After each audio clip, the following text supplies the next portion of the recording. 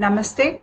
In today's video, I'd like to talk about how the unconscious mind it works in a spiritual awakening process and how is it represented in our dream space. Apart from that, the horse energy or the horse face deities. What do they mean when we see them in our dream space? And how does the energy of the horse guide you towards becoming a free soul?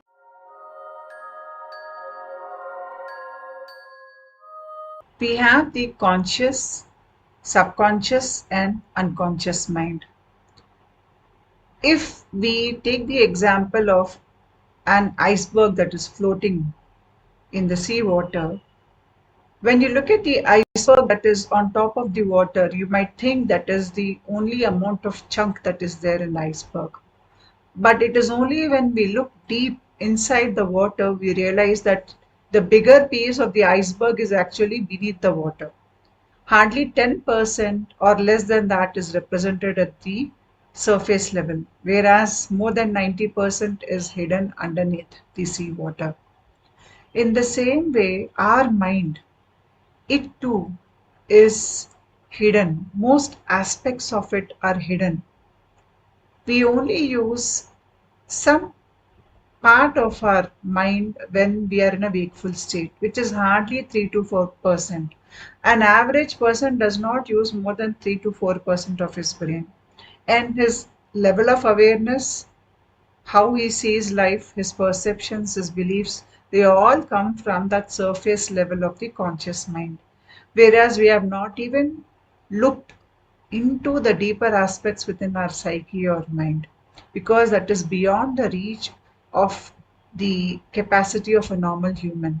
The subconscious and unconscious mind are locked and we cannot access them. Only in certain situations or when we have a spiritual awakening process can we access the subconscious or the contents of the unconscious mind. But the contents in the subconscious and unconscious mind, they keep on influencing our behavior at the surface level. Let's look at each of these things. Here in the picture, the surface level iceberg is represented as a conscious mind, that part of the mind which we use in our wakeful state, where we are aware as to what we are thinking, what our actions are. But the root cause for the thoughts we have, the emotions we have, the desires we have, they are locked deep inside our subconscious or personal unconscious, and we are influenced at a larger societal level by the collective unconscious. But these things are beyond our reach or beyond our understanding. When we are undergoing a spiritual awakening process, we gain access into these deeper levels of our mind. Here we are able to understand our behaviors, our desires, our traumas. We understand our life in its fullness. Once all these layers of the subconscious and the unconscious mind open up and they are there for us to look into. So the spiritual awakening process is a process of going deep into the layers of our mind. So what is there in these layers? The conscious mind, you are aware in your wakeful state, you know what it is. The next level is the subconscious mind, or you can call it this as the personal unconscious also. Here, how our soul has got shaped over many lifetimes, our desires, our pain, our fears, our issues, all these things, they are rooted in this level. Our long-term memory of many lifetimes is here. And the material that is there at the level of personal unconsciousness or the subconscious mind, it influences our behavior at the surface level or at the conscious level. The personal unconscious or the subconscious mind is like your dream state. So when you are dreaming, a lot of stuff that is there at this level is getting witnessed by you in your dream state. And that is why dreams interpretation And understanding our dreams and the symbols of dreams is very important for a spiritual evolution process. Next comes the collective unconscious. This is the realm of archetypes. It is the realm of knowledge, different types of knowledge.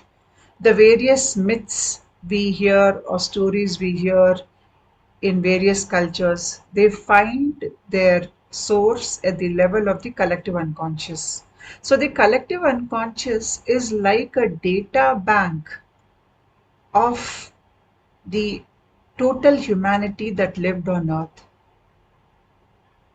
Every generation of humanity is adding to this collective data bank. And that is why all knowledge that is there on earth, all prototypes of things that are there on earth. For example, if we look at people, you have different types of people, and we have these as archetypes at the collective unconscious, and that is how you recognize different types of people. For example, if you look at the father figure, the moment you know it is the father figure, you attach a kind of importance to that figure. You have certain expectations from that father role. You look up to that particular position as a father as something very respectable. And all these thoughts and ideas are coming to you from the collective unconscious. The archetypal image of a father, that data of that father role is there at the level of the unconscious mind. And that is why, no matter what culture you are born into, you will respect your father. So, the various roles we play with regard to each other, our relationships, how we live in a society, the kind of belief systems we adopt, the do's and don'ts, all these are influenced by the archetypes or the cultural factors that are there ruling at the level of the collective unconsciousness of that particular culture, or maybe the collective unconscious. So everybody is influenced by the collective unconscious. And there is nothing on earth which does not have its source in the collective unconscious. Even astrology and many other mystical subjects that are there, they all come from this level. In our dream states, we see certain symbols, certain mystical symbols. For example, many see snakes, they see the third eye, and there are many different symbols. But the source for all these symbols come from the collective unconscious. That is why when we are into a spiritual awakening process and we are into deep meditation, in states of deep meditations, you will see forms of divine beings or many different symbols in your third eye region. The reason you see this is because the third eye region, just above it, you have the Buddhi Chakra. Here in this picture, the lower part is the third eye, that is this place here. Above that, you have the Manas Chakra, and above that, you have the Buddhi Chakra. This arrow is pointing towards the Buddhi Chakra. This Buddhi Chakra is your unconscious mind. So, this is the realm of knowledge.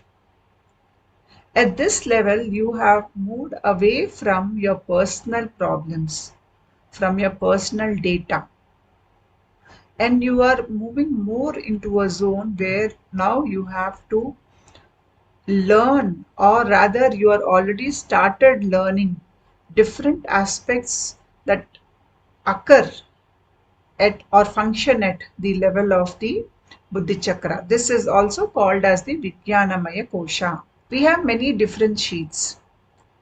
The first picture, the inner most circle that you see where you have Om written, say that is your individual consciousness. The individual consciousness, it is wrapped in 5 layers or 5 sheets. The bliss sheath, then comes the intellectual sheath, which is the Vijnanamaya Kosha. Manomaya Kosha is your emotional sheath. Then comes the pranic sheath, which is the Pranamaya Kosha. And then comes the physical sheath, which is the Annamaya Kosha, or your physical body. Here, at the level of Vijnanamaya Kosha, that is your intellectual sheath, this is the level of your unconscious mind, your Buddhi Chakra. This is the realm of knowledge. Once Kundalini, when it is moving through your spine, it comes up to this level, that is here in your Buddhi Chakra, it has entered the realm of knowledge or the realm of the unconscious mind. The experiences here are different. And in case you have had a top down awakening, in a top down awakening, there is a descent of grace. This energy that descends upon you, it goes down, it works through your body, and when it reaches the base of your spine, it turns upward and it moves upward. When this energy is moving through your body and out of it, like an electromagnetic field, it is moving through the zone of the Buddhi Chakra when it is going out. So whenever it is moving through the zone or when that energy is working at the level of the Buddhi Chakra, you will have glimpses of, or you will have a certain understanding of how the Vijnanamaya Kosha or the intellectual sheath works in your body, and you can access the knowledge that is there at this level. Higher states or witness states also can be experienced when this happens. At the level of the Buddhi Chakra, this person is now better able to see the light of the divine or the Guru. You can communicate better from this level. You are in the realms of archetypes, personality types, rather the knowledge of all these things. And at this particular level, you have come out of your personality. Until a person does not come out of his lower egoic state or the personality that is part of his lower egoic state, he cannot reach the level of the Buddhi Chakra or the intellectual sheath. Here, a lot of sacrifice is done by the person of his lower ego or his earlier life. It all goes away. You should override your emotional body and to some extent your mental body to operate from this zone. So this is a higher mystical knowledge zone, and to reach this zone or to work or access the knowledge that is there in the zone, you should have had some type of a spiritual awakening. Otherwise, it is not possible. At this level, all our earlier life stories, our karmic connections, we have resolved our pain, our desires, we have moved beyond it. So all these changes have already happened in your life. Now you're not the earlier person anymore. To some extent, you have come out of your earlier personality. Even though we come out of a personality, there are certain samskaras and vasanas which we need to wipe away from us. What are these samskaras and vasanas? These are mental impressions and our tendencies. These mental impressions and tendencies are built over many lifetimes. So even when we have come out of the mold of a personality, we have come out of the past karma, we have come out of our past pain, we have sort of, come out of our lower egoic nature, we still at this level have to deal with our samskaras and vasanas. So what are these samskaras and vasanas?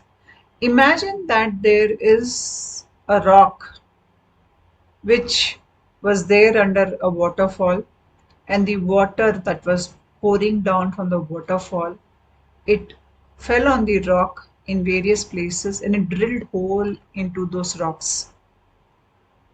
Even when the waterfall dries up, even though there is no water, the rock is standing there, but there are holes in the rock. So in future, if water is poured over this rock, the holes will again fill. In the same way, our samskaras and vasanas, that is our mental impression and tendencies, they are like these holes in our mind or psyche. And these were formed over many lifetimes. Though our personality has got wiped away, though our karma has got wiped away to a larger extent, maybe we have come out of the chattering of the mind and we hardly given to mind chattering or delusions of mind at this level. But in case our mind starts thinking, it'll again think from these molds alone, because the holes that are formed at a psychic level in our mind, when I say holes, I don't mean anything negative. It is just our behavioral patterns, the way we think, the way we see the world, our perception, how we understand things. These things, they got formed within us over many lifetimes. So it is very hard to get rid of this. At the level of the Buddhi Chakra, these mental impressions and tendencies are still there within us. We need to override these also. Otherwise, what will happen is when we again want to use our mind to think, or we want to interact with the external world, we'll again do it from the same old pathways. And these same old pathways are going to bring us down in vibration. So at this level, the energy in your body will try to cleanse away these molds or these pathways. Based on what personality type you were, what personality type you used to grow spiritually, I made a video on Enneagram and personality types. Please watch it. I'll post the link to that playlist in the description box below. So based on a personality type, our behaviors get molded. Say for example, you take the molds here in the second picture. There is this mold of the fish. If you pour water in it and freeze it, what you will get is the shape of a fish and nothing else. You have another mold which is a shell. If you pour water in it and freeze it, you will get the shell and nothing else. So in the same way, when these various molds get formed within our mind, and when these again get filled with thoughts, we will again go back to the same way of thinking. So here we have to sort of wipe away these samskaras and vasanas within us. And this happens in the states of samadhi. From the intellectual sheath, when Kundalini is moving into the bliss sheath. The bliss sheath is the blue area. When the energy is moving from the Vijnanamaya Kosha, that is the intellectual sheath, into the Anandamaya Kosha, which is your bliss sheath, here we will start experiencing states of samadhi. In these states of samadhi, the samskaras and vasanas, that is the mental impressions and tendencies, will get wiped out. That is, the rock which you see here, the surface of that rock will turn smooth. All the impressions that are there in it, all that holes that are there in it, they will get removed and the rock will become smooth again. So when the water is again poured on it, it does not go into different apertures, or it does not enter into different holes and uh, create, these water pockets or create water impressions in the rock. So in the states of samadhi, we will overcome these vasanas and these samskaras, and at this level you come out of those also. So now even when you have to think, your thinking will not fall into a particular pattern.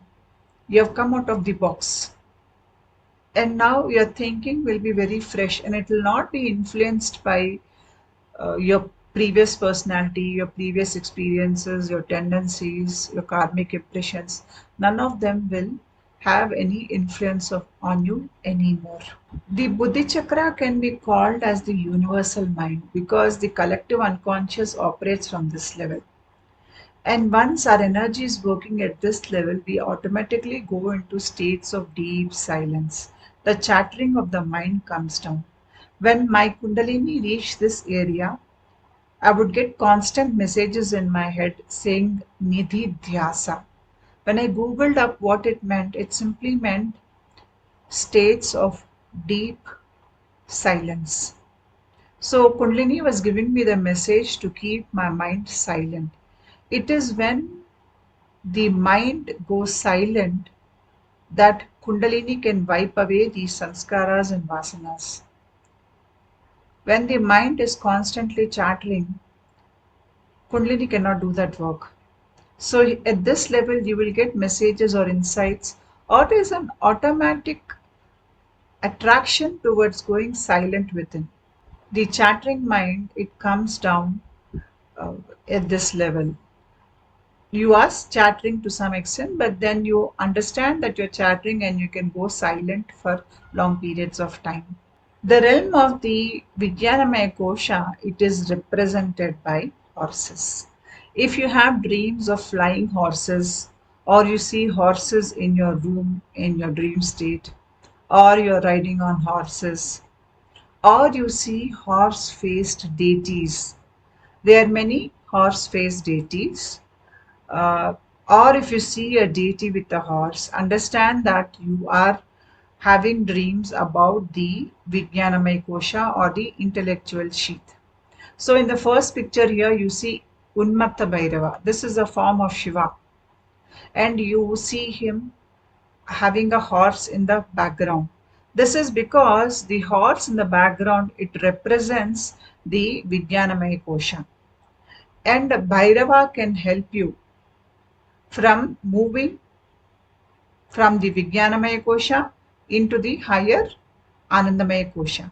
So this form represents this, and the sword that is there in his hand, it is there to help you to use your tongue correctly so that you don't use any wrong words, wrong language under negative or angry situations.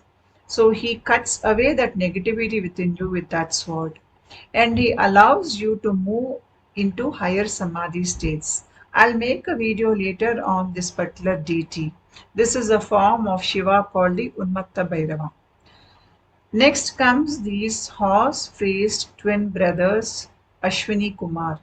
These horse-faced demi-deities. They are not like Shiva and Vishnu, but these are the lower level deities.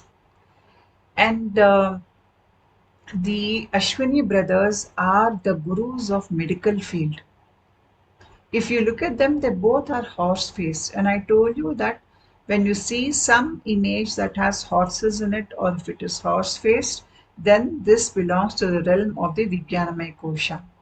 The fourth picture herein, it is of Tumbura, the great musician, the music guru, and he plays music for the divine beings. So if you look at him, he also has a horse face. That means he comes from this Vijnanamaya Kosha. And the image 3 is Hayagriva Swami, the guru of Shakta Tantra, who is a form of God Vishnu. In this form, God Vishnu takes on the horse face because here he is dealing with the information that is at the realm of the Vijnanamaya Kosha or the intellectual sheath. So when you see these horses, a normal horse too, in your dream, understand that you are receiving blessings from the horse faced deities or the energy of horse that is there at the Vijnanamaya Kosha. You might see horses in your dream state. They could be flying horses. There could be a man that is riding on the horse and you're able to overpower that man. It simply means that you now are able to access your uh, the collective unconscious level, the information that is there. If you see a horse which turns into a black dog, then it is Unmatta Bhairava because the black dog represents Bhairava, and the horse turning into a black dog means it is Unmatta Bhairava. These horse-faced gods, they are like gurus. They are gurus in a particular field. So when we receive their blessings in dream states or in visions, it will help us to excel in that particular field. They live in the realm of knowledge, and this realm of knowledge for a normal person it is not accessible because this is part of the collective unconscious. But through the gut brain connection, you can access the Buddhi Chakra or the realm of the unconscious mind. I made a video on this earlier, which is called as Shakambari Devi video. I'll post a link to that video also. You'll understand what I'm saying even better. So, the energy of the horse, it directs you into the Anandamaya Kosha. This energy is power. This energy gives you direction. This energy is knowledge. It is freedom of your soul from bondages. That is, you become a free soul. We say that the spiritual journey is a hero's journey. It is the most difficult thing a human can attempt to do. So, when you're seeing horses in your dreams, it simply means you're coming to the end of your spiritual journey. From here, your ascent to the next higher level is more of a state of deep silence or bliss states. So, the most difficult phase in your spiritual awakening process is nearly over. And this even signifies your triumph over the lower ego. So, the total subjugation of all the animal instincts within us at the level of the unconscious mind, too, or at the level of the collective unconscious, the starting of wiping away of vasanas and samskaras, they all coincide with the horse energy entering your life. You can connect with the energy of the horse by praying to any one of these deities, seeking their help to guide you. And once you can connect to any of these deities who are having a horse faced, your spiritual evolution will go very strong and fast. Because horse simply means direction, it means speed, it means power, it means freedom. So the flying horse in your dreams, it represents you becoming a free soul, a soul that has defied bondages, that now is soaring up into the spiritual skies. Thank you.